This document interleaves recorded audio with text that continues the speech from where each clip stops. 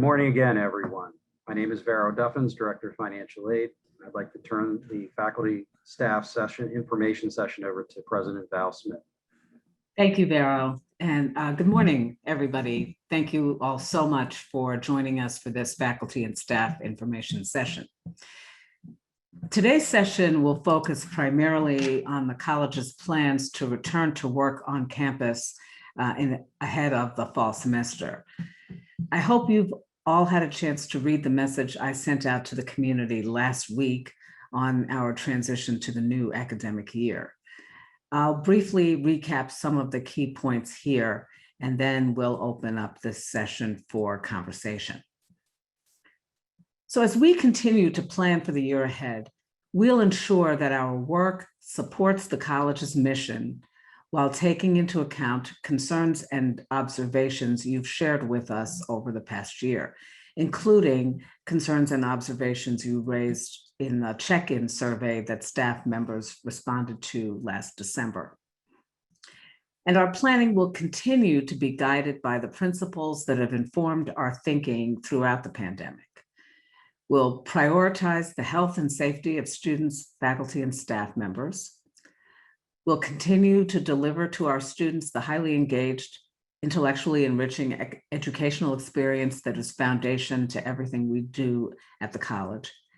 And we'll make decisions about college finances and operations with empathy, compassion, and humanity, and work to maintain operational continuity and retain employees to the greatest extent possible. Now, I want to acknowledge that a large number of our staff members have been working on campus throughout the pandemic, ensuring that the college could continue its critical operations. I know that at times that has been a challenge, and I thank you for your dedication to helping the college carry out its mission. Others of us have been working hybrid or fully remote schedules since March of 2020, which has presented its own challenges. We anticipate that most offices and departments will return to some form of on-campus work before the start of the fall term. For now, those of you working remote and hybrid schedules should continue to do so. We will begin a phased return to working on campus beginning July 26th through August 16th. So let me repeat that. We will start a phased return to working on campus beginning July 26th through August 16th, prioritizing the offices and departments that are needed on campus to prepare for the start of the fall semester. Some areas of the college have been able to work in a hybrid or remote fashion while maintaining or even increasing their efficiency and effectiveness. Ultimately, President's staff will determine whether administrative areas operate in person, remotely, or according to a hybrid model, with guidance from the Return to Campus Work Committee and based on the roles and responsibilities of the office or department. And staff members will receive more detailed information from their managers about their specific situation. Now I'd like to introduce our panelists for today who will help answer your questions. Associate Dean of the Faculty for Academic Programs, Jean-Vincent Blanchard. Vice President for Finance and Administration, Greg Brown. Associate Vice President for Sustainable Facilities Operation and Capital Planning, Andy Fike. Interim Vice President of Human Resources, Catherine Geddes. Vice President for Communications and Acting Chief of Staff, Andy Hirsch. General Counsel, Charmaine Lamar. Vice President for Student Affairs, Jim Terhune. Vero Duffins, Director of Financial Aid and convener of the Administrative Advisory Council, will moderate today's session. I'd like to thank all of you who submitted questions ahead of time. We'll begin by trying to address the topics and themes that came up most frequently in these questions. As a reminder, you may also use the chat function to submit your questions in real time, and we will do our best to get to as many of these questions as we can in the time we have together again, prioritizing the ones that have come up most often. Please note that this program is being recorded and we will share a link to the recording as soon as we are able. Finally, before we begin, I want to remind all of us, as I have done many times over the course of the past year, that our planning has been and will continue to be an iterative process. I'm certain that you have questions that we will not yet be able to answer. But as we gain more information, we will adjust our plans and keep you informed. We all know that we are not returning to normal. Our lives and our work post-pandemic will be shaped by our experience of the past 15 months in ways that we cannot fully anticipate. As one of our colleagues observed in a meeting yesterday, just as the switch to remote teaching, learning, and working required us to deal with uncertainty, so too will the return to a mostly in-person experience. We will be as flexible as we can be under the circumstances. I'd like to thank you all for your patience with this process. So with that, Vero, what is our first question? Thank you, Val. Our first question of a series of questions is related to the cleaning and facilities concerns, and I'm going to direct those to our friend Andy Fike. Andy, there are a few questions here, and I'll try to group them together in such a way that maybe you can address a few at once. One of the questions is, what have you done, or what has the college done to review and improve airflow in 101? Another question related to that is, will elevators start being cleaned? And there are questions about the cleanliness of bathrooms. And then sort of related to that and sort of tied in overall, since our staff has been working remotely, our office has not been cleaned thoroughly since last March. We have had at least one person go into the office weekly to open mail, etc. Will offices be cleaned before we return to work? And those are the general questions that were asked. Okay. Thank you. Thanks, Vero. Appreciate your grouping those together. I think that I'll start off just by talking about heating, ventilation, and air conditioning in general in all buildings. And since the start of COVID, we've paid particular attention. We in facilities have paid particular attention to this. And even as we've gotten to know more about COVID and COVID transmission through the air, what we started off doing in following the recommendations from the American Society of Heating, Refrigeration, and Air Conditioning Engineers, which is really the governing body for all things HVAC, focusing primarily on filtration. And ASHRAE, which is the acronym for that, continues to say that filtration is the most important aspect. And so from the start of COVID, we changed to MERV 13 filters from MERV 8 filters, and that's the filtration rating.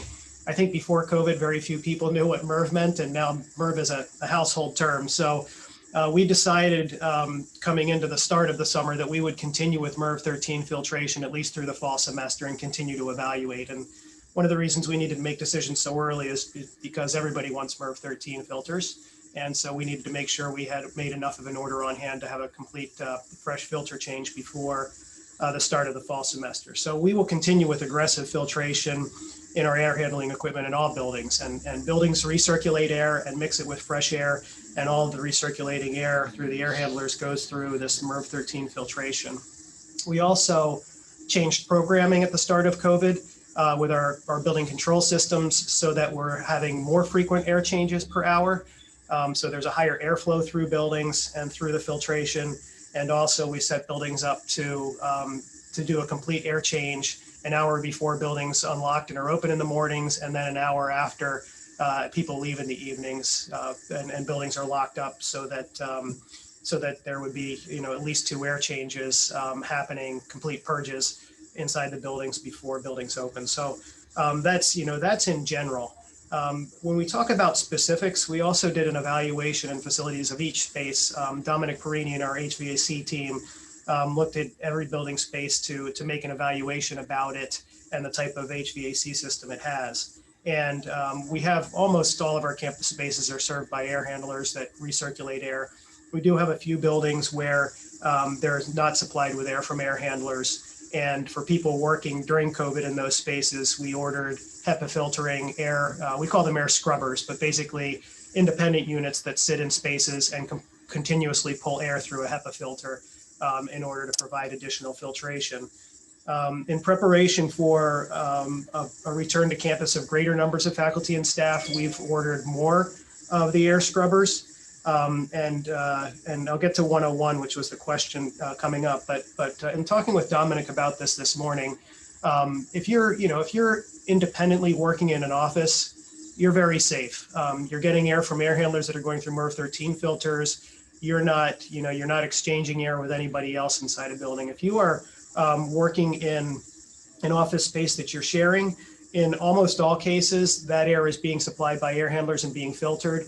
But there may be a few offices where it's an independent office that's now occupied or set up for 2 people. And if you want us to take a closer look at that, please just contact Workbox and we'll be happy to do so.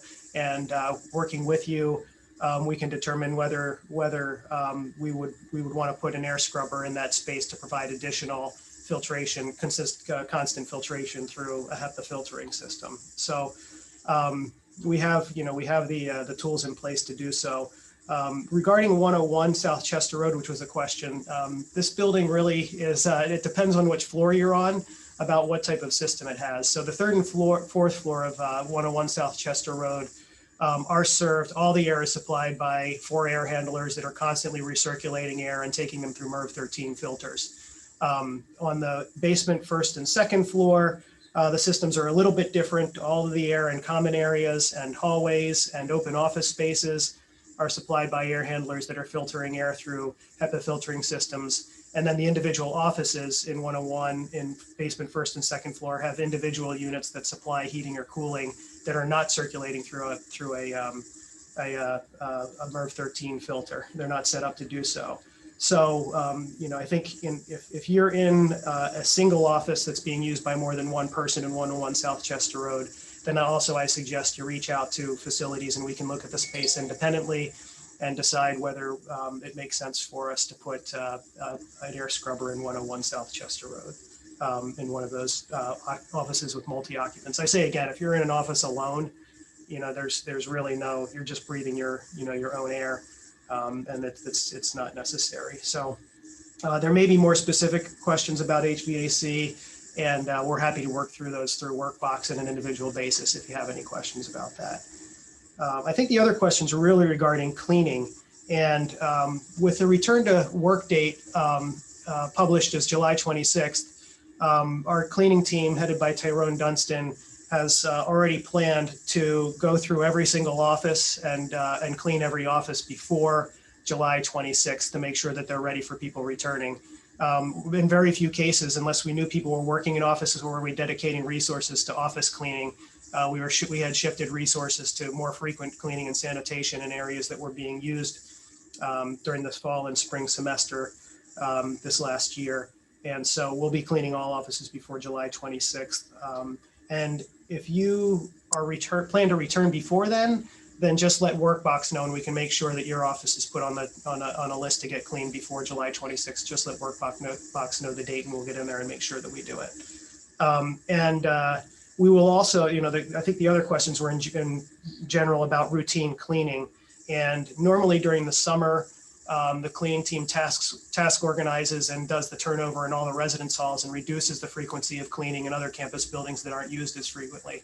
But because of return from COVID in July, Tyrone and his team are going to take some of the resources that are dedicated to cleaning residence halls and shift those to for a more routine cleaning schedule in all the buildings, since we'll have a more robust presence of people on campus. So it'll get back to cleaning that and so there shouldn't be any concerns about cleaning in elevators or anything like that at that point.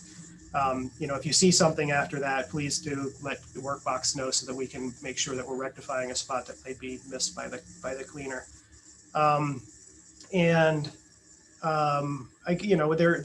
We have had really robust sanitation cleaning during COVID.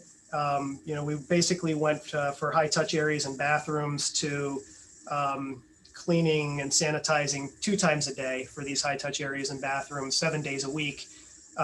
where we were previously doing that once a day, mostly 5 days a week, with a little bit of attention on weekends. And so, you know, the way that the knowledge about COVID and the science has progressed, there really isn't a medical reason to continue to sanitize places 2 days or 2 times a day.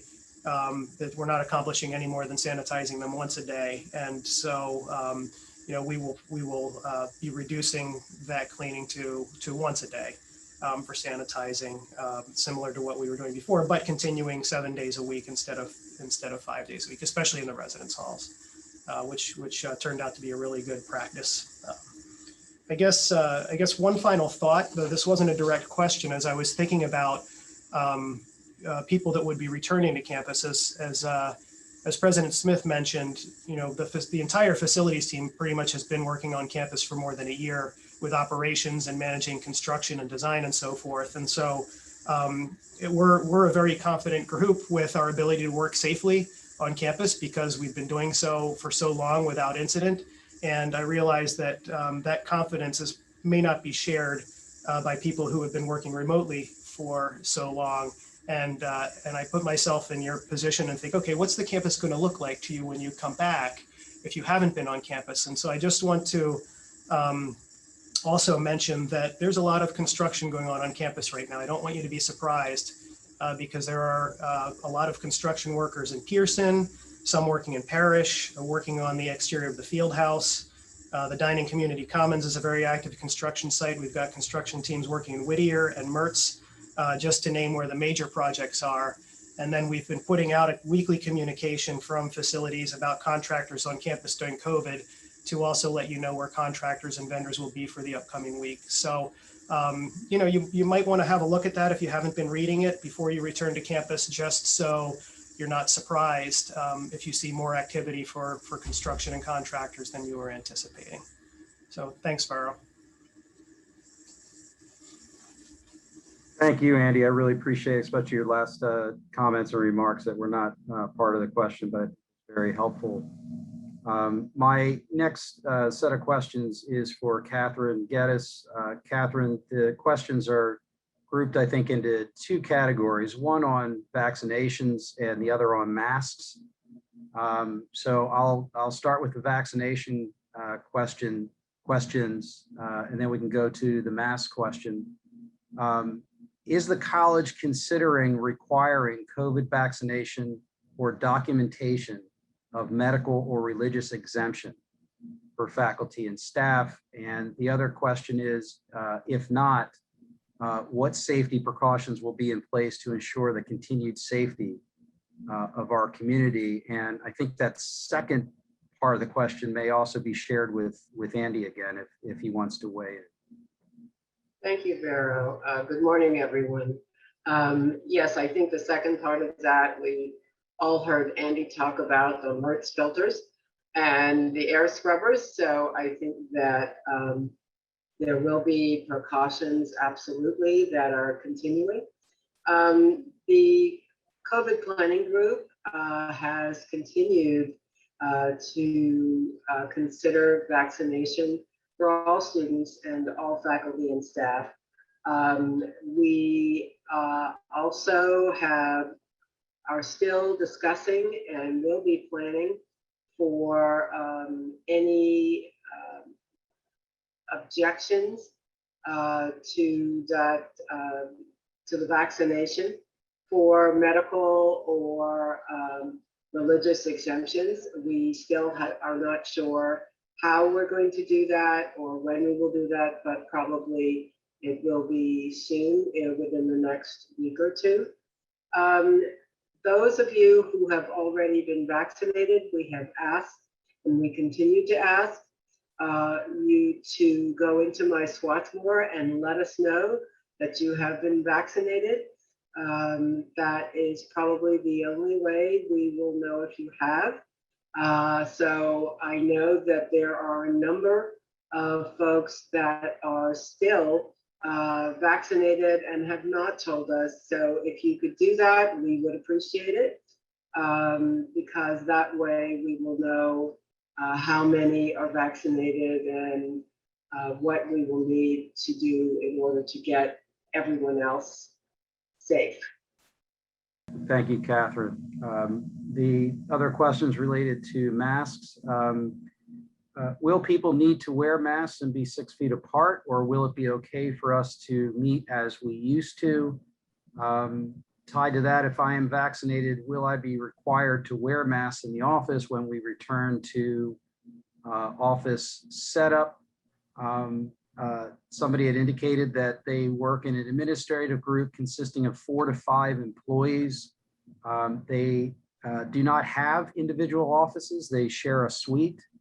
And they're asking, what will the mask requirements be for this type of situation if we're required to wear a mask and we are unable to wear it for the entire workday?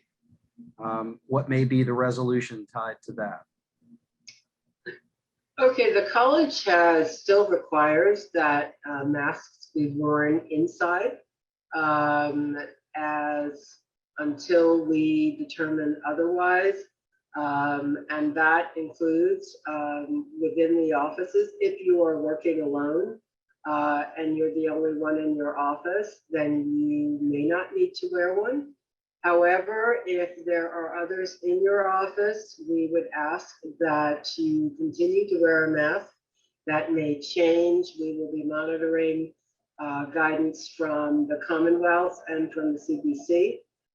So that you could have a change as early as next week. But for now, we do expect that if you are with someone else in the office, that you do wear a mask. The 6 feet apart rule, I know it has gone back and forth between 6 feet and 3 feet. I would advise that as much social distance as you can keep, between 3 and 6 feet would be appropriate. That yes, even if you are vaccinated, and a number of us are, that if, again, there is someone in the office, if you're not there just by yourself, that you will keep the mask on.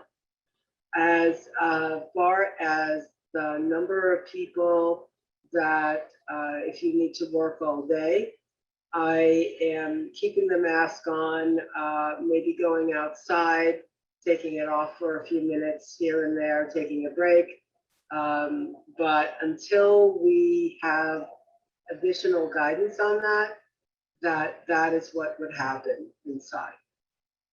Thank you, Catherine. Some questions that I think should be directed to Greg Brown. Greg, these came in through the chat just now, and I'm going to work through. They seem to be related.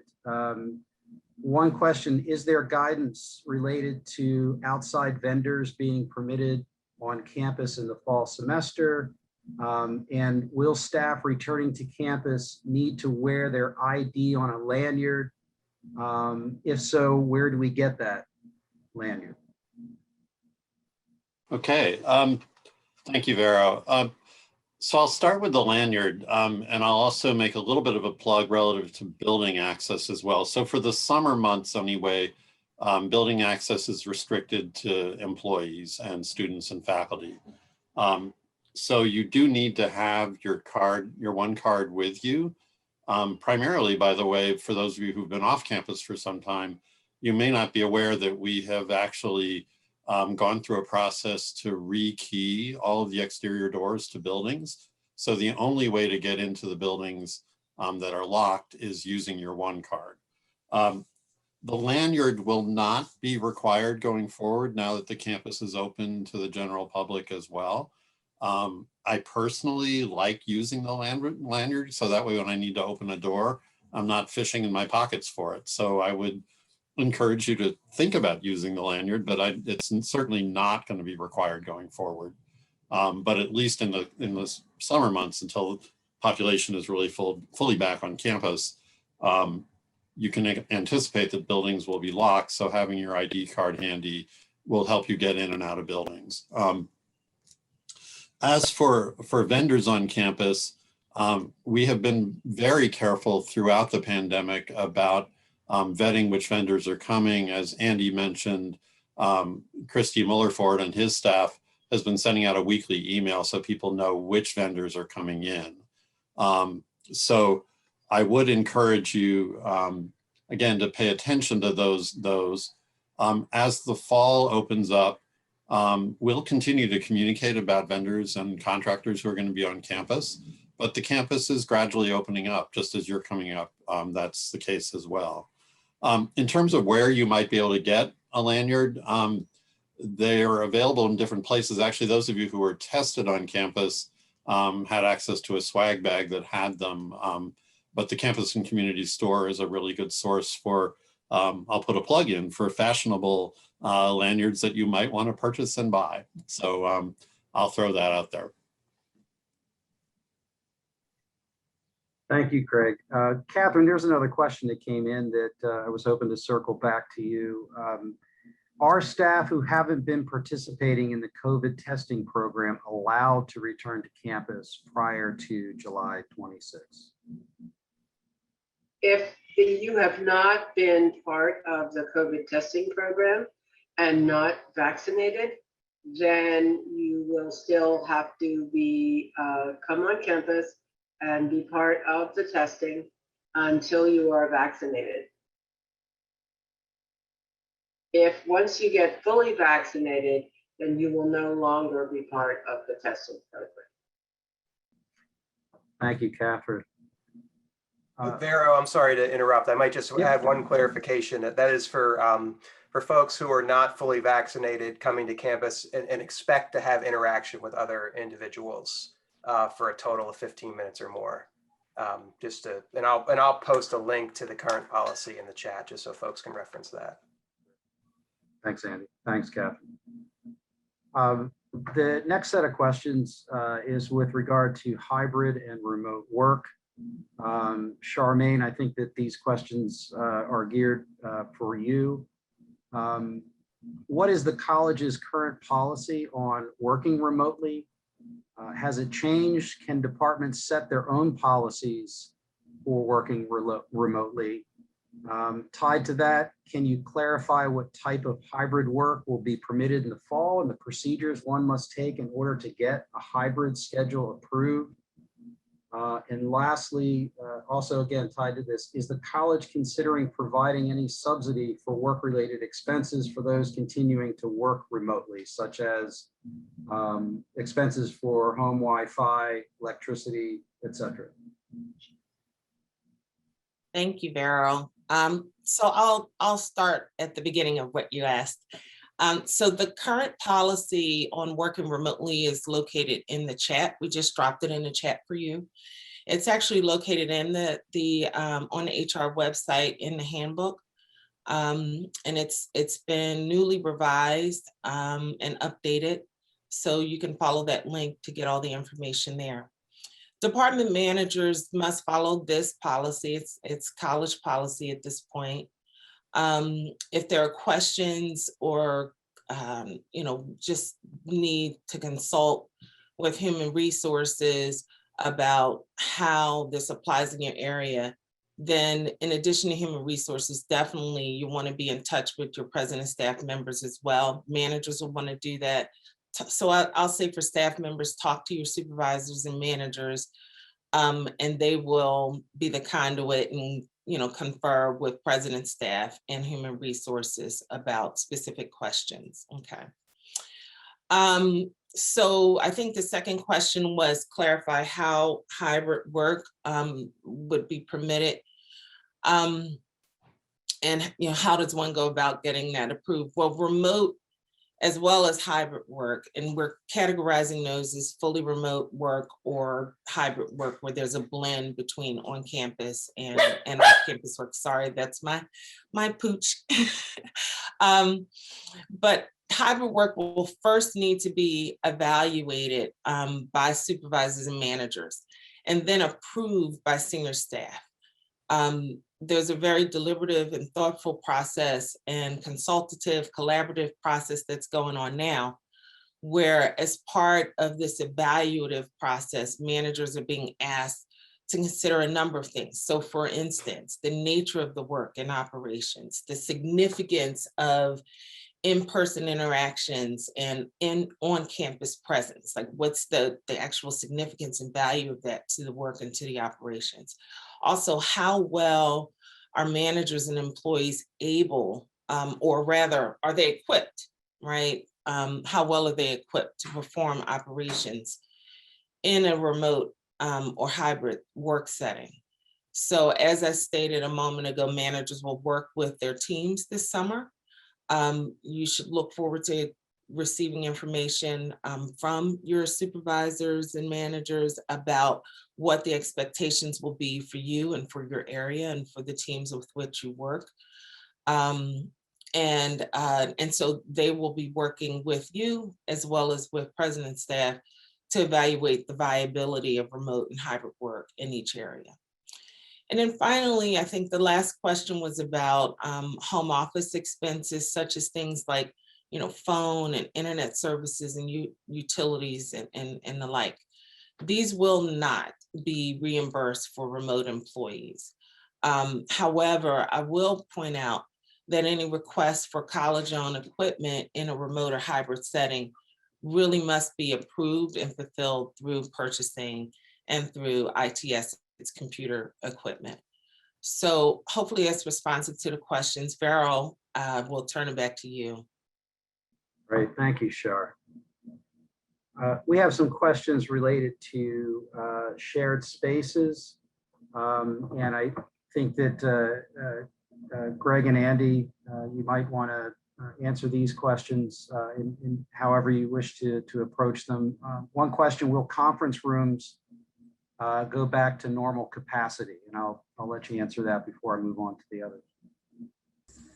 I think this is really a two-part answer, and some of it just has to do with furniture and spaces overall. So I'm gonna talk first about that part of it. And when COVID started and there were limitations on the number of people per space because of distancing requirements, we worked really hard through last summer to remove furniture from classrooms, from lounges, from conference rooms, from labs, from residence halls, in order to accommodate the reduced numbers and not have excess furniture that would allow people to be closer together than what was permitted. We had to make a decision at the start of the summer about how we would position ourselves for fall because the way that we took furniture out and needed to bring it back really didn't permit us to say we're going to bring back another 25% of the furniture and then go back for more. There just isn't time to do that. So as state restrictions on gatherings and spacing were reduced, we made a decision that we would bring back all of the furniture over the course of the summer and restore classrooms, restore residence hall rooms, restore labs to full furniture capacity. And if in fact there was a trend from COVID in a more negative direction, and there was a 3-foot or 6-foot spacing requirement, we would simply mark furniture at that point to say that you're not allowed to sit in this chair or on this sofa cushion or something like that. You should expect to see over the course of the summer all of the furniture being returned to campus and put back in places from where it was removed. The capacity question is a little bit different one because it has to do with numbers of people who are permitted to gather, which continues to evolve for guidance that we're receiving, and we're going to pay particular attention to that. So, it's tough to say conference room by conference room. In most cases, I would say our conference rooms are small enough that it's within our number of people permitted to gather in a single space.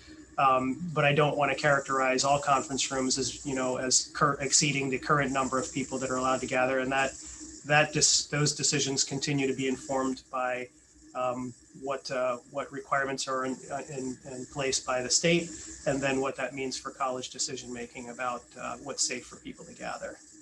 Greg, you may want to add more. Yeah, I don't have much to add there. I think, Andy, what I would just underscore from what you just said is that the Commonwealth and other guidance changes, it feels to me like daily. And so we are really coming back to how Val opened this conversation. We're really thinking about health and safety first. So we might be a little more conservative than you might be hearing about what's happening in Philly, for example, or elsewhere. So just keep an eye out for changing rules from us. We know that it makes your head spin sometimes, but we're really trying to respond as quickly, but in a manner that makes sure that we're all safe on the workplace. I guess I'll just finish off by saying that through the spring and the fall semester, we did have 3 tents on campus that were able to be scheduled for outdoor use, tents with seats and floors and so forth, but no sides. And they're remaining through the summer to be used for some summer program. As a matter of fact, the 4th one was added for the summer, and then they will be removed in July. And then we'll get back to into the business of restoring the grass that's been underneath the tent floor for a year. Thank you. When we return to campus, will there be rooms, venues available on campus or at the inn where we can have 50 or so people all at once? For example, an all staff for the entire advancement division is just an example question. So I'll probably I can jump and take that one as well, Vero. So the inn operates under rules for hospitality, the hospitality industry, and the event spaces are available. The capacity, I believe, is now back to normal capacity. And they're also booking some events actually outdoors in their courtyard. So you can certainly reach out to the inn around that. And certainly on campus spaces, as we open up spaces more, there will be the opportunities for larger gatherings. So I would say that it's starting to change as we speak, but it's one that we do need to keep an eye on. But the inn is definitely available. There was a related question I'd seen in the chat about catering services. And what I'd like to emphasize there is that health and safety actually is paramount now as we think about catering. Open buffets are not things that most of us are very interested in eating off of at the moment. And so we will be implementing a process that will start this fall where catering requests will come through dining services as they used to do in the past. And what's really important there is that we're going to have a select list of approved caterers who have met health standards that we believe would be acceptable and service standards that we would find acceptable for the college. This will give us some flexibility so that if there are needs for halal catering or kosher catering or specific ethnic foods that our dining services can't provide, that we'll be able to offer that to you. But you can expect that there will be a more careful process because we really want to be very mindful of who is on campus, particularly serving and bringing food to campus. Thank you, Greg. Our friend JV has a few fans and had a couple of questions that came out. I want to turn the mic over to him. JV, you were asked to say something specifically about the expectations for staff and academic departments. Some staff seem to be surprised and/or skeptical that they can work remotely for at most 1 day a week. And wonder if you could address that. Sure, thank you, Vero. So at the discretion of an academic department chair, non-instructional staff can work up to 1 day remotely. How did we come up with that? Well, first of all, we considered that there are many, many managers in the provost wing, that there are many different job types, different departmental cultures, but also we recognize that the people in academic departments' offices are the front line of in a residential college. So we wanted to balance both, give some chairs some flexibility, at the same time provide a measure of homogeneity.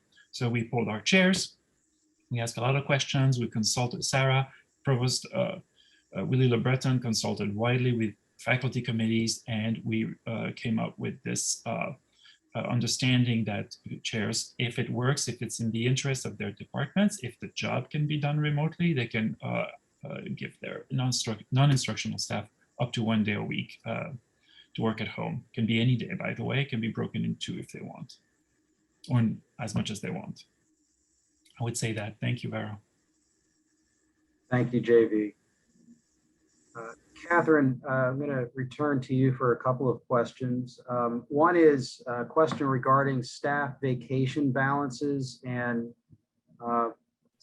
wanting some clarification on what will now be allowed to be carried over.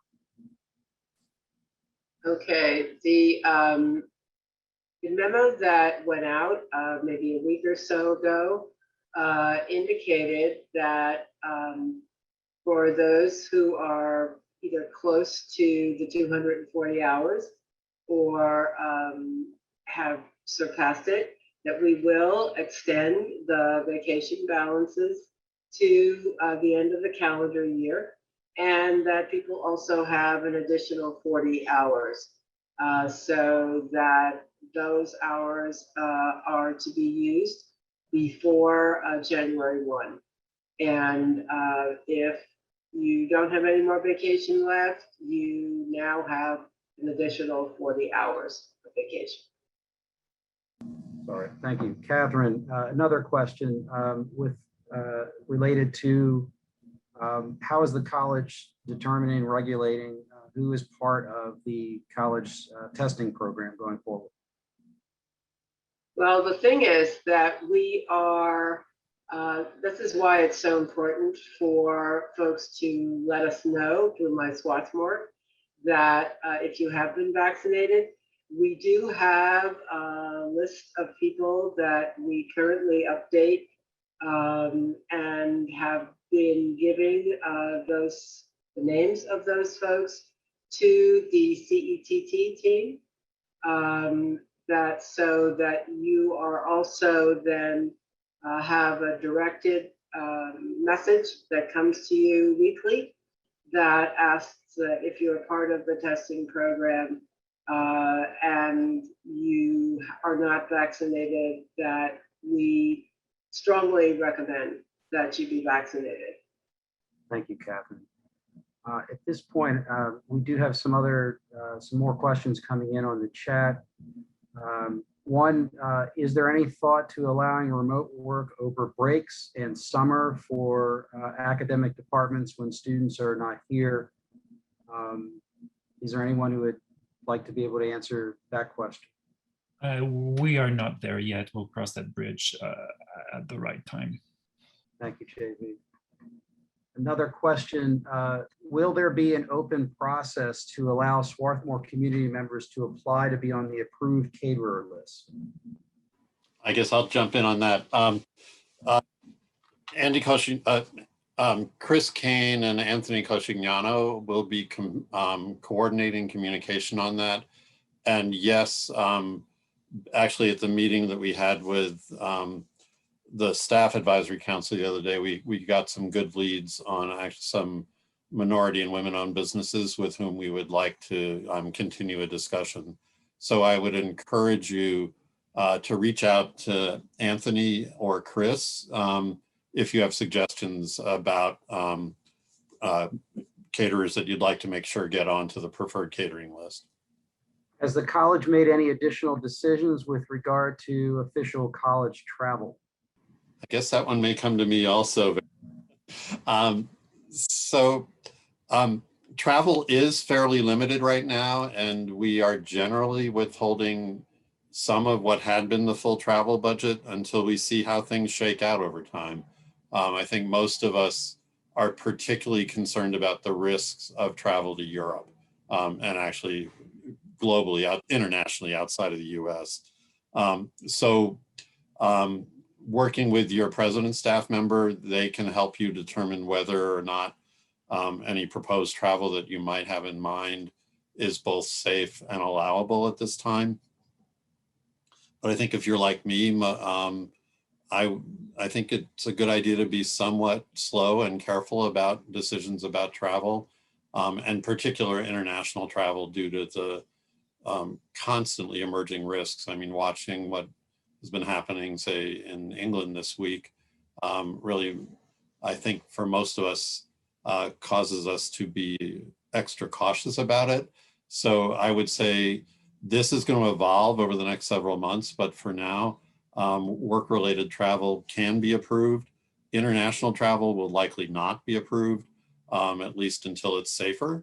But again, work through the member president's staff to whom your area reports. Another question, will performing arts performances be open to the public?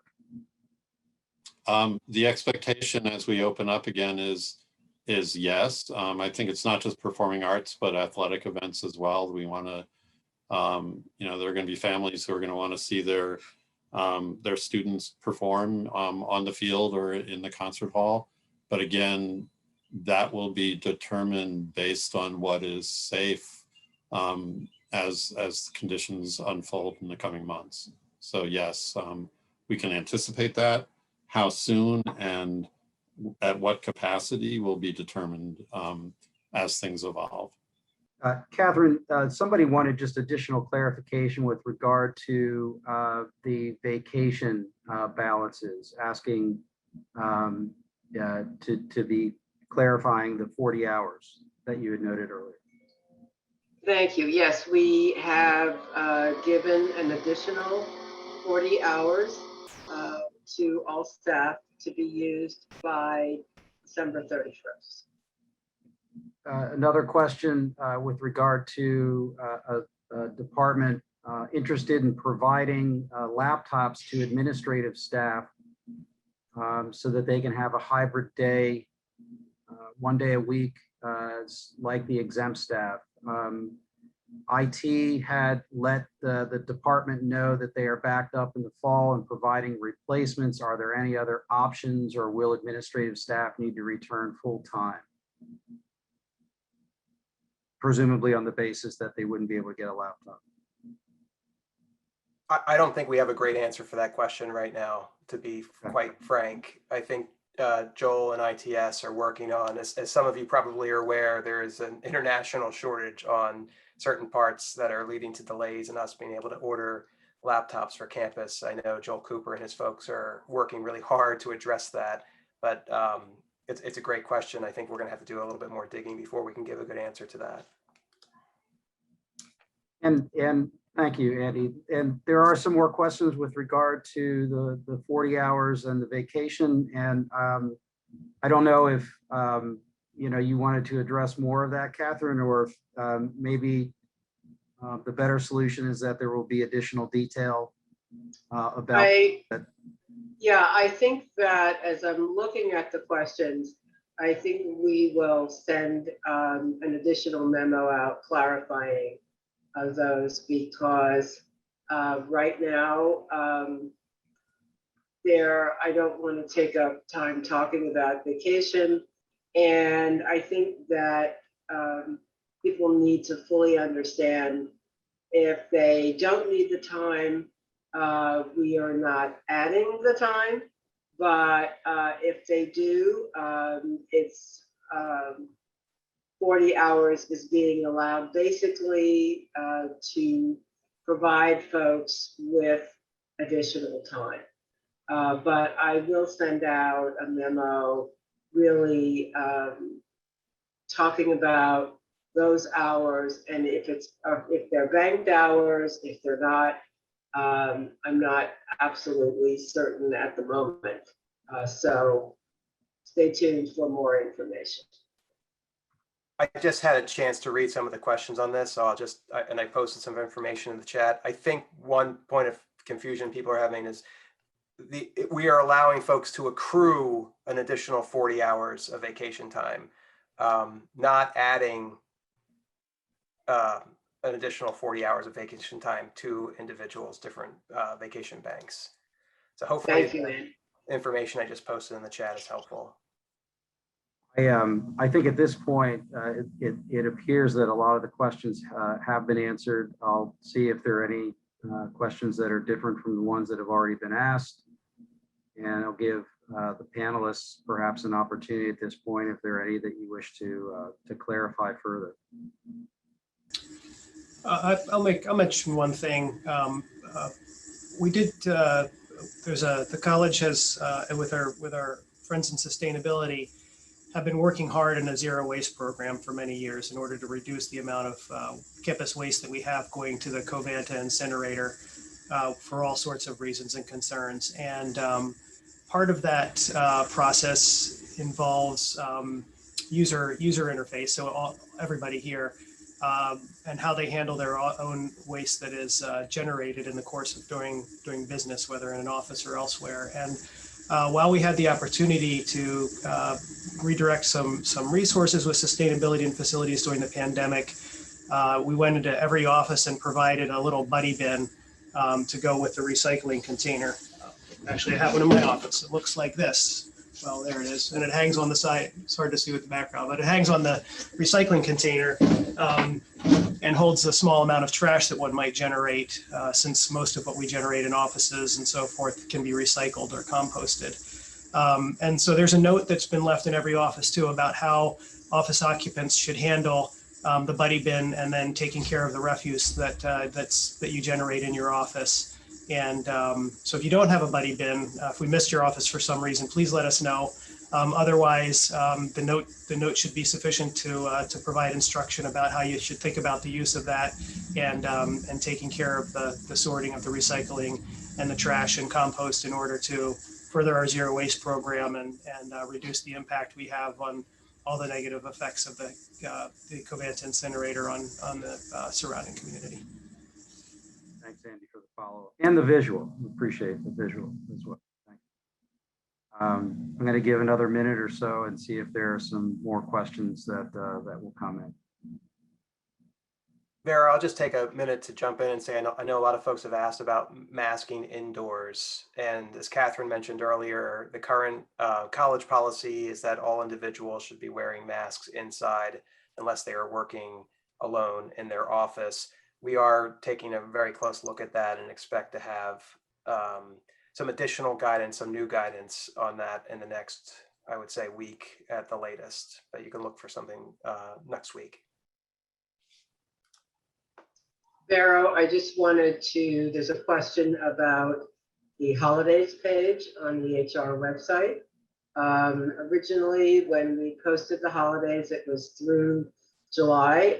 We have been discussing it and we will be posting it from July through January as soon as possible. We've already started having conversations about that.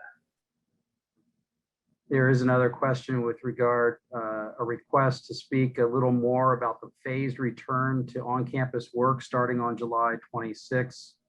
You know, in terms of departments being prioritized for the start of the fall semester.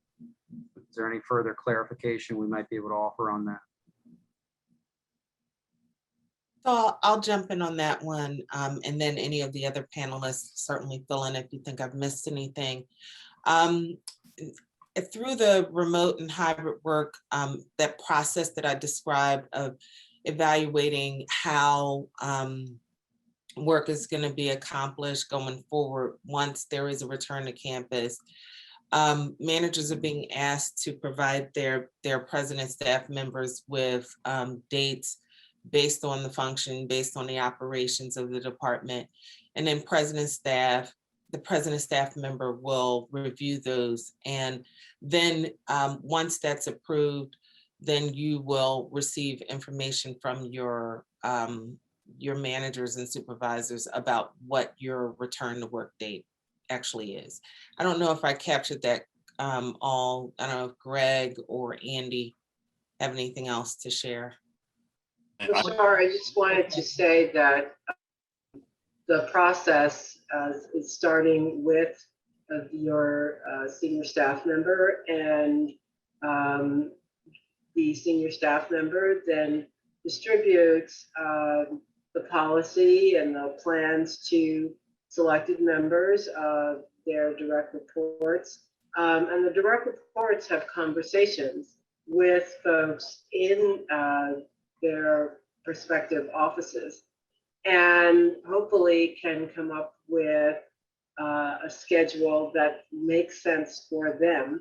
It's then sent back to the president and staff. Those plans, as you mentioned, are happening now. And then they need to be approved, and that's when folks will find out what their schedules might look like. But again, it all depends on what is best, not only for the department, but what is best for the college as well. Thank you, Shar. Thank you, Kathy.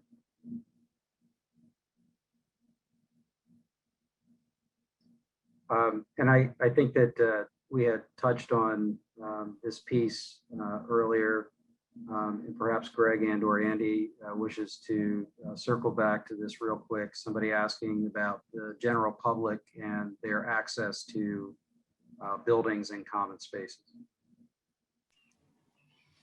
So for at least through July, if not through the summer, only campus employees and students will be allowed inside buildings with a couple of exceptions. Arboretum volunteers are going to be able to use the facilities there, and families who are here on outdoor admission tours will be able to use Kohlberg's restrooms. But generally speaking, buildings will be closed except to those of us who are authorized to enter them. By the fall, we expect things will open up more. But again, I think that you'll need to wait and see the information that comes out about that as we get more comfortable with it. Thank you so much, Greg. At this point, we are 1 minute over noon, and I'd like to turn it back to President Smith. Thanks, Vero, and thanks so much to all the staff and faculty who joined us for today's conversation.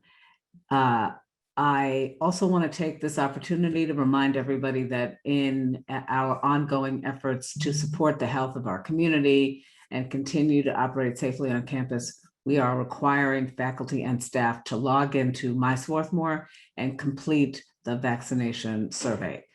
We will put that link in the chat now. I believe Pam has already done so. Thank you, with instructions on how to log in information about your vaccine status. And you should also feel free to reach out to Human Resources if you have questions about that process. Last year, we discovered how much we can achieve when we come together as a community, and that experience makes me optimistic about the upcoming academic year.